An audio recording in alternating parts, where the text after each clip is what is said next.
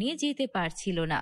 উফ, এত শপিং করতে হয়, তাও আবার এত দূরে এসে, আর এগুলো সেলাই করতে গিয়ে ঝামেলায় পড়তে হয়, আর হেঁটে যেতে ভালো লাগছে না। কাকিমা, আপনি যদি অনুমতি দেন আপনাকে একটা কথা বলি। আপনি যদি আমাদের কথা বিশ্বাস করেন তাহলে আমাদের মায়ের কাছে যান। আমাদের মা অনেক ভালো সেলাই করতে পারেন। আরে সত্যি নাকি? তোমাদের মা যদি আমার কাপড়টা খুব ভালো করে সেলাই করে দেয় তাহলে তো আমাকে কষ্ট করে বাজারে যেতে হবে না। আমার আসলে অনেক রকমের ডিজাইনের কাপড় সেলাই করতে হয়, এগুলোর একটা ব্যবসা আছে আমার। ঠিক আছে, চলো। তারপর ওরা ওদের মায়ের কাছে তাকে নিয়ে যায়। সেই মহিলা অনেকগুলো ডিজাইন ওদের মাকে বলে দেয় আর কিছু টাকা অ্যাডভান্স করে দেয়। আপা, আপনাকে যেমন বলেছি আপনি ঠিক তেমন করে ডিজাইন করবেন, আমি সময় মতো এসে নিয়ে যাব। মহিলার কথা শুনে ওদের মা বলে, আপনি কোনো চিন্তা করবেন না, আর আমি আপনার কাপড় সেলাই সুন্দর করে করে দেব। আপনি নিশ্চিন্ত মনে বাড়ি চলে যান। বন্ধুরা, তোমরা যারা যারা গল্পটি দেখছো তোমাদের নাম কমেন্টে লিখে জানাও, আমরা নেক্সট গল্প তোমাদের নাম দিয়ে বানাবো। তারপর ওদের মা খুব সুন্দর সুন্দর ডিজাইন করতে থাকে। তিন মেয়ে মায়ের ডিজাইন করা কাপড়গুলো মুগ্ধ হয়ে দেখছিল। তখন ওদের মা বলে, সাদিয়া, ভালো করে শিখে রাখো, আমার কিছু হয়ে গেলে তোমার দুই বোনকে তোমারই দেখাশোনা করতে হবে।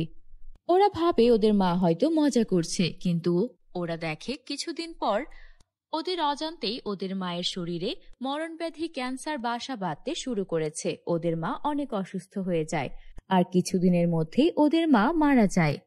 মায়ের মৃত্যুর পর পুরো সংসারের দায়িত্ব এসে পড়ে বড় বোন সাদিয়ার ওপর।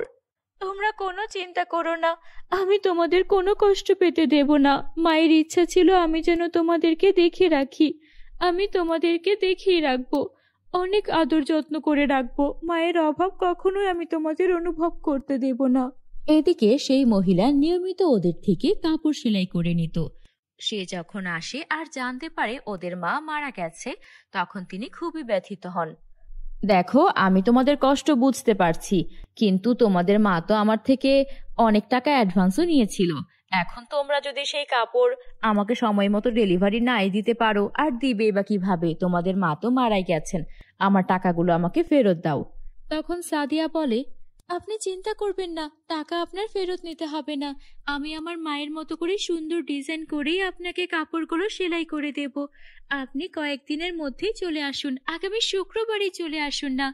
শুক্রবার দিন আসার আগেই সাদিয়া ওর দুই বোনের সাহায্যে ওর মায়ের মতো খুব সুন্দর ডিজাইনের অনেক সুন্দর সুন্দর ড্রেস তৈরি করে রাখে। সেই মহিলা ড্রেসগুলো দেখে অনেক পছন্দ করে আর কিছু টাকা বেশিও ওকে দিয়ে যায়। এরপর থেকে সেলাইয়ের কাজ করে সাদিয়া ওর দুই বোন মাইশা ও শিউলিকে বড় করতে থাকে। এদিকে সাদিয়ার এই সব সুখ দেখে গ্রামের প্রতিবেশী এক মহিলার খুবই হিংসা হতে থাকে। তাই সে রাতের বেলা গোপনে ওদের ঘরে আগুন লাগিয়ে দেয়। ওরা কোনো রকমে প্রাণ বাঁচিয়ে বাইরে বের হলেও ওদের অর্ডারের সব কাপড় চোপড় সবকিছু পুড়ে গিয়েছিল।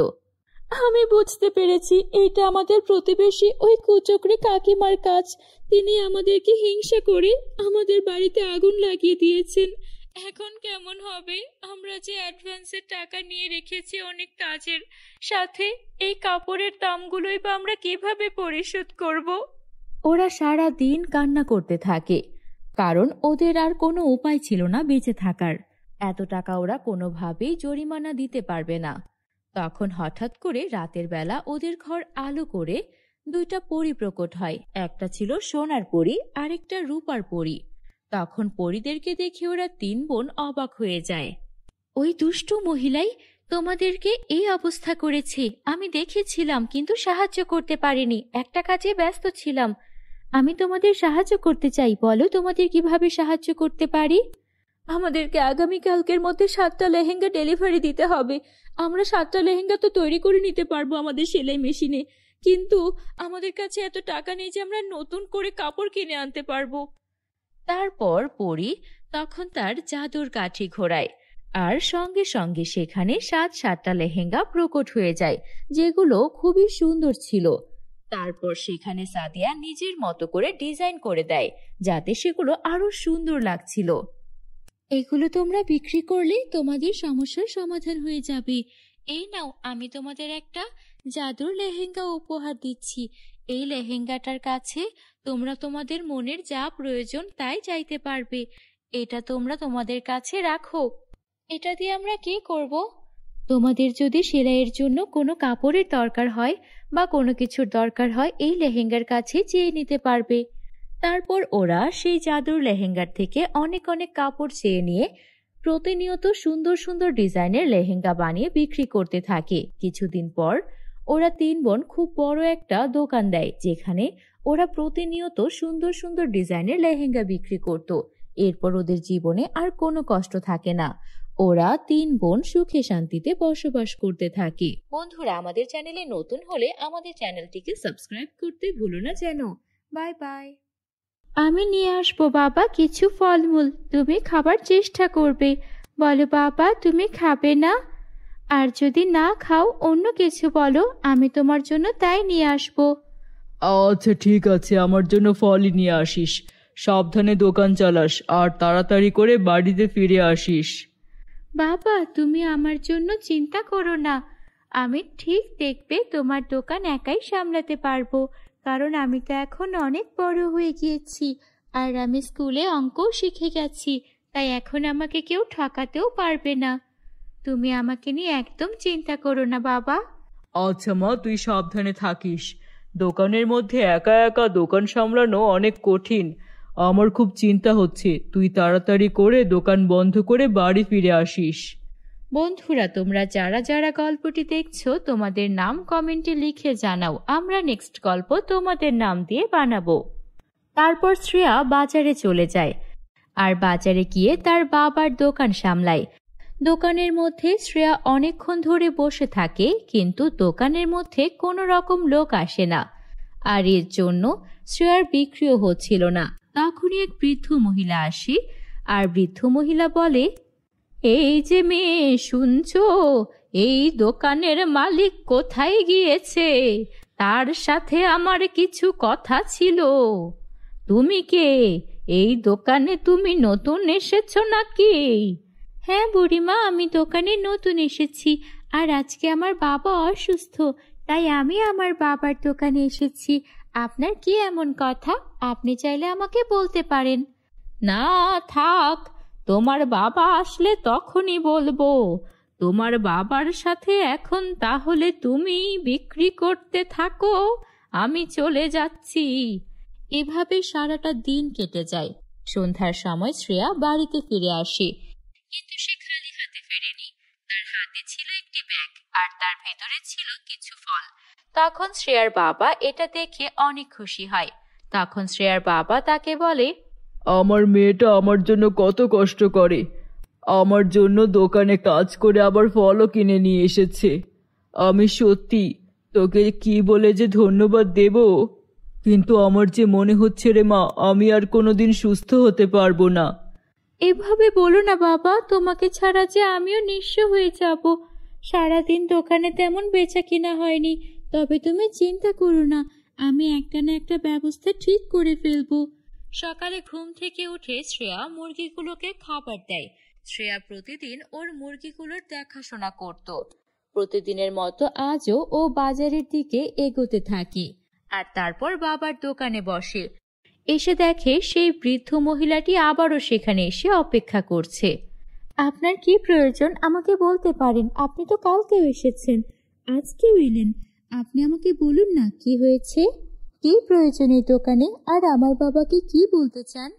আমার অনেক প্রয়োজন তোমার বাবাকে, তুমি তো অনেক ছোট, তোমাকে এসব বলে লাভ হবে না।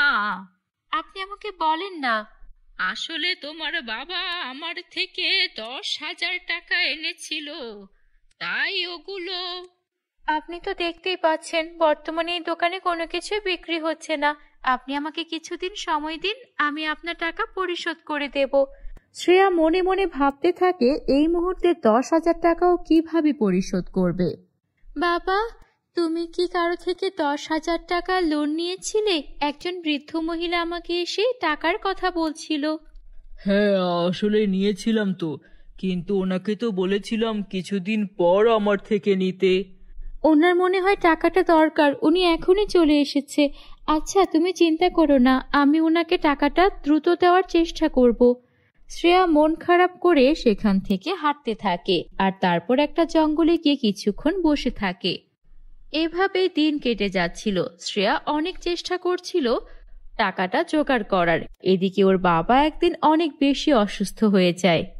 আমাকে ক্ষমা করে দিও মা, আমি তোমাকে দেখে রাখতে পারলাম না। তোমাকে একা করেই এই দুনিয়া ছেড়ে আমাকে চলে যেতে হচ্ছে। তারপর কিছুক্ষণের মধ্যেই শ্রেয়ার বাবা মারা যায়। শ্রেয়া অনেক কান্নাকাটি করে। বাবাও আমাকে ছেড়ে চলে গেল, আমার কাছে তো এখন টাকাও নেই।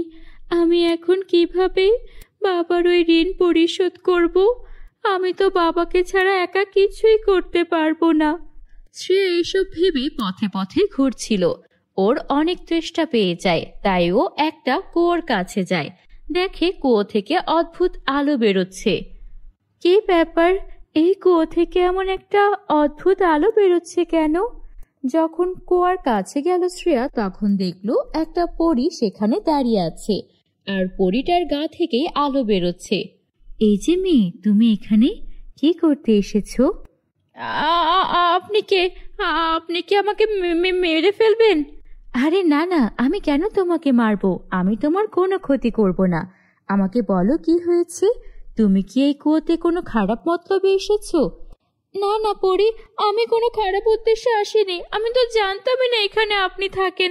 হ্যাঁ, আমি চলে যাচ্ছি, ভুল পথে এখানে চলে এসেছি। তেষ্টা পাওয়ায় কুয়ো দেখে এগিয়ে এসেছিলাম। হ্যাঁ, তোমাকে দেখে আর তোমার মনের সব কথা আমি আমার জাদু দিয়ে বুঝে নিয়েছি। তোমার বাবার মৃত্যুর পর তুমি প্রাণপণ চেষ্টা করছো তোমার বাবার সেই ঋণ পরিশোধ করতে, কিন্তু তোমার বাবার দোকান আর আগের মতো চলছে না, তাই তো তুমি আর ঋণ পরিশোধও করতে পারছো না। বাবার ঋণ এভাবে পরিশোধ করার জন্য মেয়ে হয়ে চেষ্টা করছো, এটা আমাকে মুগ্ধ করছে। দাঁড়াও, আমি তোমাকে কিছু একটা উপহার দিচ্ছি। এই বলে পরী তার জাদুর কাঠি ঘোরালো আর কুয়ো থেকে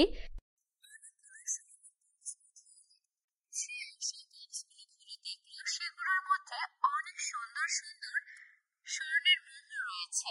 এই সবগুলো মোহর তোমার। এই মোহরগুলো নিয়ে তোমার বাবার ঋণ পরিশোধ করো আর তারপর তোমার বাবার দোকানটাকে সুন্দর করে সাজাও আর ভালো ভালো জিনিসপত্র তোলো। দেখবে তোমার বাবার দোকান আবারও আগের মতো ভালোই ভালোই চলবে আর তুমি তোমার বাবার দোকানে বেচাকেনা করেই তোমার দিন কাটাতে পারবে। শ্রেয়া অনেক খুশি হয়ে যায় আর তারপর সেই স্বর্ণগুলো নিয়ে বাড়িতে আসে। তারপর সেখান থেকে কিছু স্বর্ণমুদ্রা সেই বুড়িমাকে দিয়ে দেয়। বুড়িমা, আপনি তো আমার বাবার কাছে 10,000 টাকা পেতেন। আমার বাবা আর দুনিয়ায় নেই। এই স্বর্ণমুদ্রাগুলো আপনি রাখুন, আপনার কাজে আসবে। আমি তো মাত্র 10,000 টাকা দিয়েছিলাম, এগুলোর মূল্য তো লাখ লাখ টাকা হবে। তুমি আমায় দিয়ে দিলে। আমার বাবার খারাপ অবস্থায় আপনি আমার বাবাকে সাহায্য করেছেন, তার কাছে এটা কিছুই না। আপনি এটা রাখুন। তারপর শ্রেয়া ওর বাবার দোকানটাকে আবারও সুন্দর করে সাজালো আর সেই সোনার পরীর দেওয়া স্বর্ণমুদ্রা দিয়ে ওর বাকিটা জীবন সুখে শান্তিতে কাটতে লাগলো। বন্ধুরা, গল্পটি ভালো লাগলে একটা লাইক করে দিও। আমাদের চ্যানেলে নতুন হয়ে থাকলে আমাদের চ্যানেলটিকে সাবস্ক্রাইব করতে ভুলো না যেন। Bye bye. বাড়ি ফেরার পথে গাড়ির সাথে আকাশের রোড অ্যাক্সিডেন্ট হয়। ওরা আকাশকে হাসপাতালে ভর্তি করায়। তার একটা পা কাটা পড়েছে। এ কি হলো তোমার? এইভাবে পা কাটা পড়লো কেন? এখন আমাদের কি হবে? তোমার রোজগারেই তো আমাদের সংসার চলতো। এখন আমি বাবা মাকে কি বলবো? তোমার এইভাবে এই অবস্থা, আমি যে কিছুই ভাবতে পারছি না। আমিও কিছুই ভাবতে পারছি না। এখন আমাদের সংসার কিভাবে চলবে? আমি তো মাত্রই তোমাকে বিয়ে করে নিয়ে আসলাম। আমার একটা পা কাটা পড়েছে। আমি আর আগের মতো অফিসও করতে পারবো না। তুমি এখন বলো, এখন আমার কি করা উচিত? জানি না, আমি কিছুই জানি না। তুমি থাকো, বাড়িতে বাবা মায়ের অবস্থাও ভালো না। আমি ওনাদেরকে দেখি, তারপর বিকেলে আবার আসবো। রিয়া একদম হিমশিম খাচ্ছিল, কিভাবে সবকিছু সামলাবে ভেবে পাচ্ছিল না। তখন ওর মনে পড়ে যে ও ছোটবেলায় সেলাইয়ের কাজ শিখেছিল। ও তখন থেকেই সেলাইয়ের কাজ করতে শুরু করলো। বাবা মা, আপনারা একদম চিন্তা করবেন না, আমি সেলাইয়ের কাজ করে এই সংসার চালাবো। আমার স্বামীকেও আমি একদিন ঠিক সুস্থ করে তুলবো। বন্ধুরা, তোমরা যারা যারা গল্পটি দেখছো তোমাদের নাম কমেন্টে লিখে জানাও। আমরা নেক্সট গল্প তোমাদের নাম দিয়ে বানাবো। এভাবেই সব বাধা বিপত্তির মধ্যেও রিয়া সংগ্রাম করে সংসার চালিয়ে যাচ্ছিল। এভাবেই দিন কাটতে থাকে। একদিন রিয়ার ব্যাগটা নষ্ট হয়ে যায়, তাই ও তখন একটা পুরনো ব্যাগের দোকানে যায়। ওর নজর পড়ে একটি পুরনো ব্যাগের দিকে। আরে বাহ, এই ব্যাগ তো অনেক সুন্দর। বাড়িতে আমার ব্যাগটা বেশ অনেকদিন ধরে নষ্ট হয়ে পড়ে আছে। একটা ব্যাগের খুব দরকার। আমার শাশুড়ি মাও বলেছিলেন এই ব্যাগটা বদলে অন্য আরেকটা ব্যাগ আনতে, কিন্তু আমার যে আয়ের অবস্থা, আমি কি করে এই ব্যাগটা কিনতে পারবো? এটা নিয়ে যান, এটার দাম খুব কম রাখবো। পুরনো একটা ব্যাগ কেউ নেয় না। একবার এক বুড়ি এই ব্যাগটা মাত্র 500 টাকাতে আমায় দিয়ে গেছে। আমি ভেবেছি এটা অনেক লাভ করে বিক্রি করব। কিন্তু এখন দেখি পুরনো ব্যাগ বলে কেউ নিতে চায় না। অনেক পুরনো ডিজাইন আমার দোকানে পড়ে পড়ে নষ্ট হচ্ছে। দাম তো আর বাড়বে না, আরো কমবে। ভাই, আমি যে মাত্র 200 টাকা সাথে করে এনেছি, বাকি টাকা আপনাকে আমি যদি আগামী সপ্তাহে দেই, আপনার কোনো সমস্যা নেই তো? আমি তো এইখানেই থাকি, আমার বাড়ি এই কাছেই। আরে হ্যাঁ হ্যাঁ, আমি আপনাকে চিনি। আমার বউ তো আপনার থেকে জামা সেলাই করে। অনেক সুন্দর জামা সেলাই করেন আপনি। নিয়ে যান, সমস্যা নেই, টাকা পরে দিয়েন। আজকে সামর্থ্য নেই বলে একটা পুরনো ব্যাগ আনতে হলো, অথচ আমি আমার স্বামীর সঙ্গে কত স্বপ্ন দেখেছিলাম দুজনে মিলে কত সুন্দর করে বাড়িটা সাজাবো। এখন আমার স্বামীর চিকিৎসার টাকা, শ্বশুর শাশুড়ির চিকিৎসার টাকা জোগাড় করতে আমাকে হিমশিম খেতে হয়।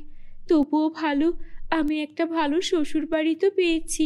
ভাগ্য করে কজনই বা এমন ভালো শ্বশুর শাশুড়ির স্বামী পাই। আজকে যদি আমার এই পরিবারের বিপত্তি না হতো, তাহলে তো এত কষ্ট আমাকে করতে হতো না। একদিন সব ঠিক হয়ে যাবে। রিয়া ঘরের কাজ করতে গিয়ে অসাবধানতা বশত তার হাত থেকে কাঁচি সেই ব্যাগে গিয়ে লাগলো। সঙ্গে সঙ্গে ব্যাগটায় একটা ফাটল সৃষ্টি হলো, আর সেই ব্যাগ থেকে বেরিয়ে এলো একটা লাল টকটকে পরী, যার নাম জ্যোৎস্না পরী। আমি জ্যোৎস্না পরী, আর এটা সোনা রূপার ব্যাগ। তুমি কি জানতে না? তুমি কি জানো যে তুমি আমার প্রাণ বাঁচিয়েছো? আমি বহু বছর ধরে এই সোনা রূপার ব্যাগে বন্দি হয়ে আছি। এই সোনা রূপার ব্যাগটাকে একটা বুড়ি তান্ত্রিক আমাকে এখানে জাদুমন্ত্র করে বন্দি করে রেখেছিল। শুধু আমি না, আমাদের পরিরাজ্যের অনেক পরীকেই এই বুড়ি তান্ত্রিক জাদুমন্ত্র দিয়ে বন্দি করে রেখেছে। কেউ আছে জাদুর আয়নায়, কেউ আছে জাদুর সেলাই মেশিনে, আবার কেউ আছে জাদুর বইতে। আমি প্রতিদিন তোমার কথা শুনতাম, কিন্তু তোমাকে সাহায্য করার মতো আমার কাছে কোনো উপায় ছিল না, কারণ আমি বন্দি ছিলাম। আমি প্রতিদিন মনে মনে বলতাম, ইস, যদি কোনোভাবে এই মেয়েটা আমায় মুক্ত করত, তাহলে আমার প্রাণটা বেঁচে যেত।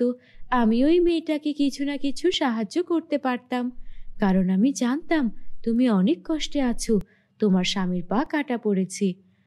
আপনি এসব কি বলছেন পরি? আমার মাথায় তো কিছুই ঢুকছে না। আমি তো কিছুই বুঝতে পারছি না। আমি কি স্বপ্ন দেখছি? একদম স্বপ্ন দেখছো না।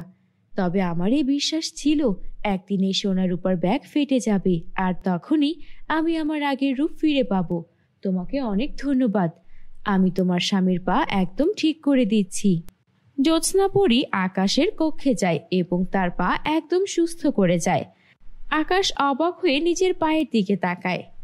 এই নাও, আমি তোমাকে এই জাদুর শাড়িটাও দিয়ে দিচ্ছি। এই শাড়ি পরে তুমি যখন আমাকে ডাকবে, আমি তখনই তোমার সামনে চলে আসব। আরেকটা কথা মনে রেখো, কখনোই কোনো কিছু নিয়ে লোভ করবে না, কেননা যদি লোভ করো তাহলে সব কিছুই আবার আগের মতো হয়ে যাবে। তোমার স্বামীর পা আবার কেটে যাবে, আর এই শাড়িটাও কিন্তু উধাও হয়ে যাবে। না না পরি, আপনি আমার জন্য, আমার পরিবারের জন্য যা করেছেন, এই ঋণ আমি কখনোই শোধ করতে পারবো না। আপনি আমার পরিবারকে নতুন জীবন দিয়েছেন। আমার কখনো লোভ করতে এতটুকুও মনে চাইবে না। আমি আপনার কাছে চিরকৃতজ্ঞ থাকব। পরি খুশি হয়ে সেখান থেকে চলে গেল আর নিজের রাজ্যে ফিরে গেল। রিয়া যেন নিজের চোখকে বিশ্বাস করতে পারছিল না। রিয়ার পরিবার অনেক খুশি ছিল। রিয়ার জন্য তারা আবারও নতুন করে তাদের জীবন শুরু করতে পারল।